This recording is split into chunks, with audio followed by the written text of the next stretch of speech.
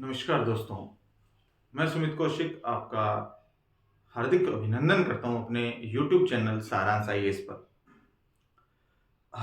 प्रकाश की हम बात कर रहे थे, उसी श्रृंखला को आगे बढ़ाते हुए हम आगे के टॉपिक्स देखेंगे। हमने प्रकाश के परावर्तन से संबंधित जो घटना थी, उन सब के बारे में देख लिया था कि भी प्रकाश का परावर्तन क्या होता है। उसके बाद हमने दर्पण, जो प्रकाश की घटना को दर्शाते हैं, से संबंधित बातें हमने देखी थी। अब आगे की बात हम करते हैं प्रकाश का जो नया जो घटना है अपवर्तन की, उसके बारे में चर्चा करेंगे। इस चैनल को ज़्यादा से ज़्यादा लाइक, सब्सक्राइब और शेयर कीजिएगा ताकि हर बच्चे तक ये कंटेंट पहुंच सके। यही हमारा एकमात्र उद्देश्य है। चलिए शुरू करते हैं प्रकाश का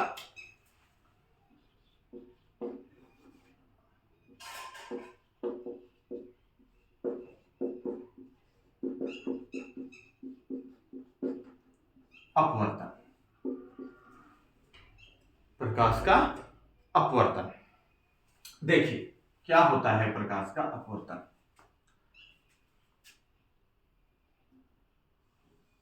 ये कोई पृथककारी पृष्ठ है जो दो माध्यमों को क्या करता है, अलग करता है।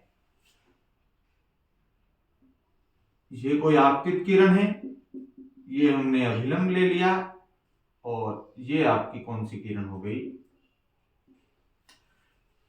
आपतित किरण होगी। देखिए अपवर्तन में क्या होता है कि जब कोई भी प्रकाश की किरण एक माध्यम से दूसरे माध्यम में प्रवेश करती है, मान लो ये माध्यम आपका हमने ले लिया कि विरल है और ये माध्यम हमने ले लिया सघन है। तो जब कोई प्रकाश की किरण या जब प्रकाश एक माध्यम से दूसरे माध्यम में प्रवेश करता है तो होगा क्या, उस अपने मूल पथ से वो क्या हो जाता है, विचलित हो जाता है। प्रकाश का मुड़ना, या हम कहें कि प्रकाश एक माध्यम से दूसरे माध्यम में जब प्रवेश करेगा तो अपने मूल पथ से विचलित हो जाएगा, और इस घटना को ही हम क्या कहते हैं, प्रकाश का अपवर्तन कहते हैं। ये कोई मान लो आपतित किरण थी, ये हो गया आपका पृथककारी पृष्ठ जो दो माध्यमों को क्या करता है, अलग करता है। ये किरण है आपकी आपतित किरण जो इस पृष्ठ पर गिरेगी, ये आपकी आपतित, और ये किरण आपकी अपवर्तित किरण है।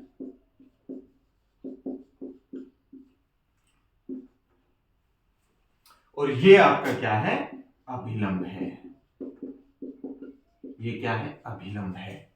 तो क्या होगा प्रकाश का कि ये आपतित किरण यहां से आई, माध्यम परिवर्तित हो गए। ये माध्यम विरल था और ये माध्यम सघन था। जब विरल से सघन या सघन से विरल वो बातें करेंगे, तो जब माध्यम में परिवर्तन हो जाएगा तो प्रकाश अपने मूल पथ से क्या हो जाएगी, विचलित हो जाएगी। इस घटना को ही हम प्रकाश का क्या कहते हैं, अपवर्तन कहते हैं। अब सुनना ध्यान से कि जब ये प्रकाश विरल से सघन में आता है, विरल माध्यम क्या होता है कि इस माध्यम में हम हवा ले सकते हैं, या हम कहेंगे कि एक की तुलना में दूसरा माध्यम विरल है। विरल में क्या होगा कि जो माध्यम के कण होते हैं वो क्या होते हैं, दूसरे माध्यम की तुलना में यदि दूर दूर हो उनके कण माध्यम के, तो वो माध्यम क्या होगा, विरल होगा। और सघन, सघन का मतलब घने, इस प्रकार से यदि घने हैं वो इसकी तुलना में, तो उसको हम सघन माध्यम कहते हैं। तो जब प्रकाश विरल से सघन की तरफ जाता है तो ये अभिलंब है, तो इस अभिलंब, इसकी मूल डायरेक्शन ये होनी चाहिए थी, इसकी मुख्य दिशा, इसकी मूल दिशा ये थी। लेकिन माध्यम में परिवर्तन होने की वजह से क्या हो गया, इस प्रकाश का क्या हो गया, झुकाव हो गया, या हम कह सकते हैं कि अपने मूल पथ से क्या हो गई, विचलित हो गई और इस तरफ आ गई। तो जब विरल से सघन में जा रही है तो क्या होगा कि ये अभिलंब की तरफ झुक जाएगी, अभिलंब के पास आ जाएगी। यदि उल्टा कर दें, सघन से यदि विरल में जाए प्रकाश की किरण, तो अभिलंब से क्या हो जाएगी, दूर। अगर इसी एग्जाम्पल को हम देखें, इसको उल्टा कर दें, या चलो मैं इसका बना देता हूं। ये माध्यम आपका, ये क्या हो गया, ये सघन हो गया, और ये मान लो आपका क्या हो गया, विरल हो गया।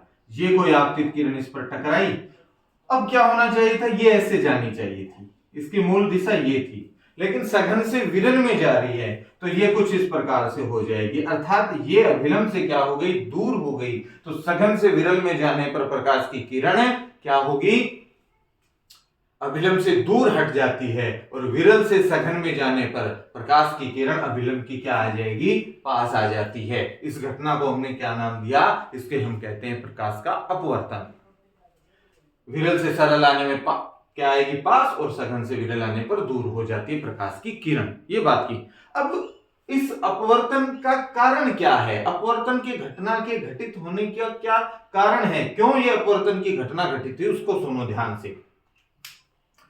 जब प्रकाश विरल में जाएगा तो इस अवस्था में उसका वेग क्या है, अधिक है। इस अवस्था में वेग क्या है उसका, अधिक है। वो तेजी से, क्यों, क्योंकि दूर दूर है तो आसानी से प्रकाश क्या हो सकता है, जा सकता है। लेकिन जैसे ही माध्यम सघन आ गया तो वेग अब पास पास है, कण माध्यम में के जो कण है वो पास पास है, तो उसके वेग में क्या हो जाएगा, परिवर्तन हो जाएगा, या कमी होगी या फिर क्या होगी, वृद्धि होगी, लेकिन परिवर्तन अवश्य होगा। और जब परिवर्तन होगा तो इस परिवर्तन की वजह से ही वो अपनी मूल दिशा से क्या हो जाती है, भटक जाती है, मूल दिशा से विचलित हो जाती है। तो इसका कारण की यदि हम बात करें कि इसका कारण क्या है, तो इसका कारण क्या है, यहां लिख देता हूं मैं इसका कारण। तो इसका कारण है वेग में परिवर्तन, वेग में परिवर्तन, और वेग में परिवर्तन होने की वजह से मूल दिशा से विचलित हो गई, और जिस घटना का हम क्या कहते हैं, अपवर्तन कहते हैं। बात समझ गए। तो ये था वेग में परिवर्तन की वजह से अपवर्तन की घटना के घटित होने की बातें। अब सुनो दो तीन बातें। तो हमने अपवर्तन की परिभाषा देख ली, विरल से सघन में जाएगा तो क्या होगा, अभिलंब से प्रकाश की किरण पास आ जाएगी, और जब सघन से विरल में जाएगा तो प्रकाश की किरण अभिलंब से दूर हट जाती है। कारण मैंने बता दिया कि क्या है, इसका कारण वेग में परिवर्तन की वजह से। अब सुनो कि इसके नियम क्या हैं। जैसे हमने परावर्तन के नियम देखे थे, वैसे ही इसके भी नियम है। अपवर्तन के क्या नियम है, क्या वो फॉलो करते हैं, वो सुनो ध्यान से। हम बात करते हैं अपवर्तन के नियम की।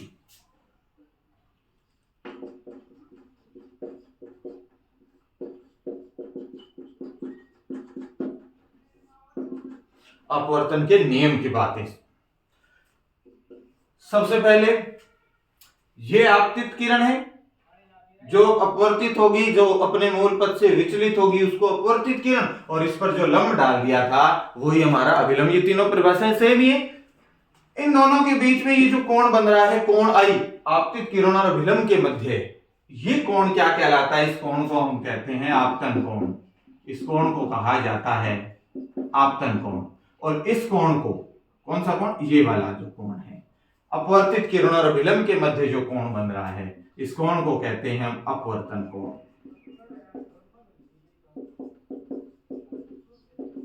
इस कोण को क्या कहते हैं, अपवर्तन कोण कहते हैं। नियम क्या कहता है कि सबसे पहले बात यदि हम करें,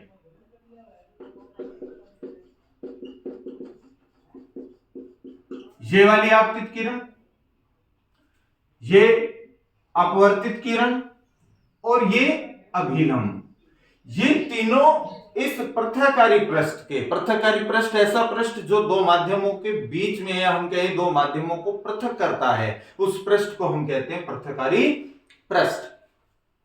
तो आपतित किरण कोमा अपवर्तित किरण तथा अपवर्तित किरण तथा अभिलंब तथा इसको यह अपवर्तन कोण है, ये समझ जाना। आपतित किरण, अपवर्तित किरण तथा अभिलंब तीनों इस पृथक्कारी पृष्ठ के एक ही तल में, एक ही बिंदु पर क्या होते हैं, स्थित होते हैं। दूसरा देखो, दो चीजें और समझा देता हूं मैं आपको कि एक होता है आपका जो हम त्रिकोणमितीय फलन, ट्रिग्नोमेट्री फंक्शन जब देखते हैं, त्रिकोणमितीय फलन में एक होता है साइन, एक होता है कोस, एक होता है टेन। साइन को क्या कहा जाता है? तो साइन को हम हिंदी में ज्या कहते हैं। क्या कहते हैं? ज्या। इसको कहा जाता है कोजा, और ये होती है स्पर्शजा। ये क्या होती है? स्पर्शजा होती है। इसको स्पर्शजा कहते हैं। जब आप अगर साइंस के विद्यार्थी हो तो आपको ये बातें पता होंगी, अगर आर्ट से भी हो तो भी कोई बात नहीं, मैंने आपको बता दी। एक कोजा, एक कोजा, और एक होता है स्पर्शजा। ये आप 10वीं में तो मैथमेटिक्स में पढ़ते ही हो, तो ये चीजें होती है। अब सुनो कि दूसरा जो नियम है हमारा, ये कौन? आई है, तो इसको लिख देंगे हम साइन आई। साइन का मतलब आपतन, और इसको हमने बोला जा, तो आपतन कोण की जा अपॉन अपवर्तन कोण की जा। आपतन कोण की जा और अपवर्तन कोण की जा का ये जो अनुपात है ये हमेशा क्या रहता है?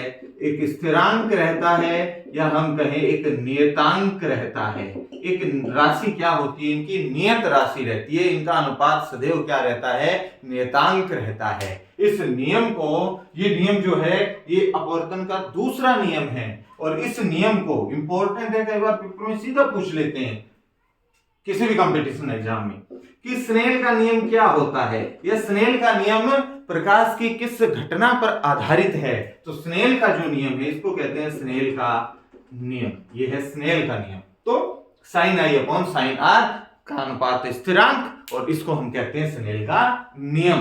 और ये कौन सी घटना पर आधारित है? तो प्रकाश के अपवर्तन पर ये क्या है? आधारित है। तो ये इसे हमने क्या नाम दिया? स्नेल। तो दो नियम है इसके, आपतन आपतित किरण, अभिलंब और अपवर्तित किरण तीनों माध्यम के एक तल में स्थित रहेंगे, और sine i upon sine r का अनुपात क्या रहेगा? स्थिरांक रहेगा, नियतांक रहेगा। बातें हो गई क्लियर? तो ये था हमारा प्रकाश का अपवर्तन। अब प्रकाश के अपवर्तन पर आधारित कुछ हम अपने आसपास कुछ इसके उदाहरण देखते हैं जो प्रकाश की अपवर्तन की घटना को दर्शाते हैं। वो देखना जरा क्या क्या है। देखो, इस चैनल को सब्सक्राइब भी करते चलें। जो उद्देश्य हम लेकर चले हैं कि प्रत्येक बच्चे तक निःशुल्क जो शिक्षा चली है लेकर, उस शिक्षा को, उस कक्षा को पहुंचाने का दायित्व आपका है। ये आपका एक मौलिक कर्तव्य मान सकते हैं हम, एक नैतिक जिम्मेदारी बनती है कि आप इस कक्षा को ज्यादा से ज्यादा लोगों तक पहुंचाएं। और मैं आपको विश्वास दिलाता हूं, इस चैनल पर जितने भी टॉपिक, मैं कह रहा हूं सारे टॉपिक मैं करवाऊंगा, चाहे वो भौतिक विज्ञान के हों, चाहे वो रसायन के हों, चाहे वो जीव विज्ञान के हों, या वनस्पति बायोलॉजी से संबंधित जितनी भी बातें। इसके अलावा जो भी यहां पर कक्षाएं लगेंगी वो पूर्णता के साथ लगेंगी और गहनता के साथ हम उसका अध्ययन करेंगे। ये ध्यान रख लेना, मैं आपको फिर बता रहा हूं। दूसरी बात कि इसी चैनल पर कुछ और दूसरे सब्जेक्ट, वो आप कमेंट सेक्शन में सुझाव दिया करें, तो वहां से हमें पता चलेगा कि आप क्या चाहते हो, कौन सा नया सब्जेक्ट आप चुनना चाहते हो। अब बात करते हैं हम इसके उदाहरण की।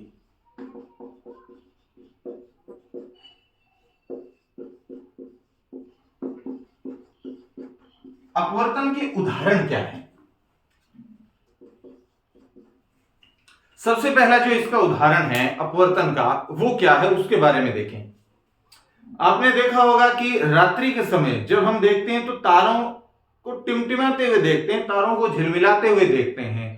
तारों का टिमटिमाना प्रकाश के अपवर्तन की घटना पर क्या है? आधारित है। तो यहां लिख सकते हैं तारों का टिमटिमाना प्रकाश की किस घटना पर आधारित है? अपवर्तन की घटना पर आधारित है। कैसे हुआ देखो जरा, कि जब तारों का प्रकाश हमारे नेत्रों तक पहुंचता है तो उसका बार बार क्या हो चुका होता है? अपवर्तन होता है, क्योंकि वायुमंडल की विभिन्न परतों से होकर गुजरता है। तो वो परतें कभी सघन होंगी, कहीं विरल होंगी, मतलब कि माध्यम में परिवर्तन होगा, तो उस प्रकाश का बार बार अपवर्तन हो जाता है। और बार बार अपवर्तन होने की वजह से तारे क्या होते हैं? हमें झिलमिलाते हुए या टिमटिमाते हुए प्रतीत होते हैं। दूसरा कि पानी के गिलास में हमने नींबू को रखा हुआ है, तो पानी के गिलास में रखे नींबू का क्या दिखाई देना, बड़ा दिखाई देना। बड़ा दिखाई देना किस घटना पर आधारित है, यह भी अपवर्तन की घटना पर आधारित है। तीसरी बात कि हम कभी देखते हैं कि तालाब का जो तल है, तालाब का जो तल है, उस तल का ऊपर उठा दिखाई देना, यह भी आपका क्या है, प्रकाश की कौन सी घटना पर आधारित है, अपवर्तन की घटना पर आधारित। एक और देख सकते हैं कि पानी के पात्र में सिक्के का ऊपर उठा दिखाई देना,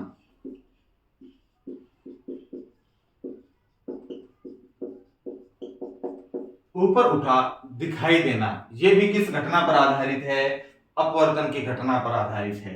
एक और बात कर लेते हैं हम कि सूर्य उदय व सूर्यास्त, सूर्य उदय और सूर्यास्त जब होता है तो उसका 2 मिनट पहले ही वो क्या हो जाता है, हमें दिखाई दे जाता है। वास्तव में नहीं उगा नहीं है, उसका उदय हुआ नहीं है अभी तक, लेकिन प्रकाश के अपवर्तन की वजह से उसकी आभासी स्थिति हमें दिखाई देती है और हमें ऐसा प्रतीत होता है कि वास्तव में सूर्य क्या हो गया, उदय, वो 2 मिनट पहले हमें दिखाई दे जाता है, जिसको हम कहते हैं अग्रिम सूर्योदय। और यही जो घटना है सूर्यास्त के समय भी क्या होती है, घटित होती है। सूर्य वास्तव में क्या हो चुका होता है, अस्त हो चुका हुआ होता है, लेकिन अपवर्तन की वजह से उसकी आभासी स्थिति हमें 2 मिनट बाद तक दिखाई देती है, उसको कहा जाता है विलंबित सूर्यास्त। तो सूर्य उदय और सूर्यास्त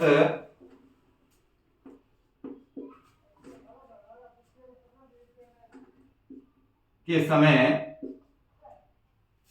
या ऐसे लिख सकते हैं इसको कि सूर्योदय के समय सूर्य का पहले दिखाई देना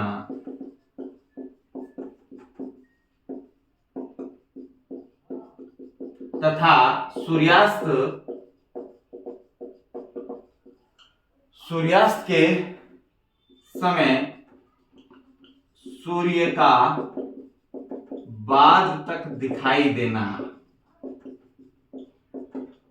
कौन सी घटना पर आधारित है, अपवर्तन की घटना पर आधारित है। इसके अलावा आपने देखा होगा कि पेपरवेट को जब हम किस पर रखते हैं, पेपरवेट को किसी कागज पर रखा जाता है या किसी अखबार पर रखते हैं, न्यूज़पेपर पर रखते हैं, तो होता क्या है कि उस न्यूज़पेपर के जो अक्षर होते हैं उन अक्षरों का उभरा हुआ या मोटा हुआ, ऐसे उथले हुए, ऐसे उभरे हुए क्या होंगे, वो हमें दिखाई देंगे। उनके भी जो घटना है वो भी किस घटना पर आधारित है, प्रकाश के अपवर्तन की घटना पर ही क्या है, आधारित होती है। समझ रहे हो मेरी बात? तो ये कुछ बातें थी किसकी, अपवर्तन की। 2 मिनट रुकना जरा।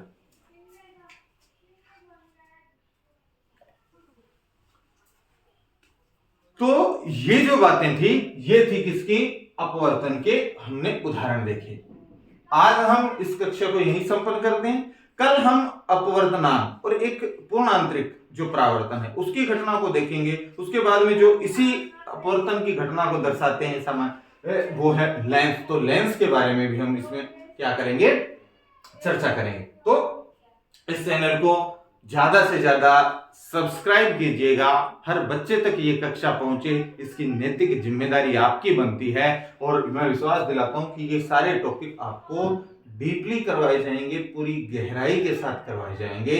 जितने भी टॉपिक चलेंगे वो सारे के सारे चलेंगे। और कोई भी अगर आप करना चाहें बीच में कि भी सर हमें राजस्थान का देखना है या फिर मान लो हमें सर स्टेट लेवल का देखना है, तो वहां भी आप देख सकते हो। तो बहुत बहुत धन्यवाद।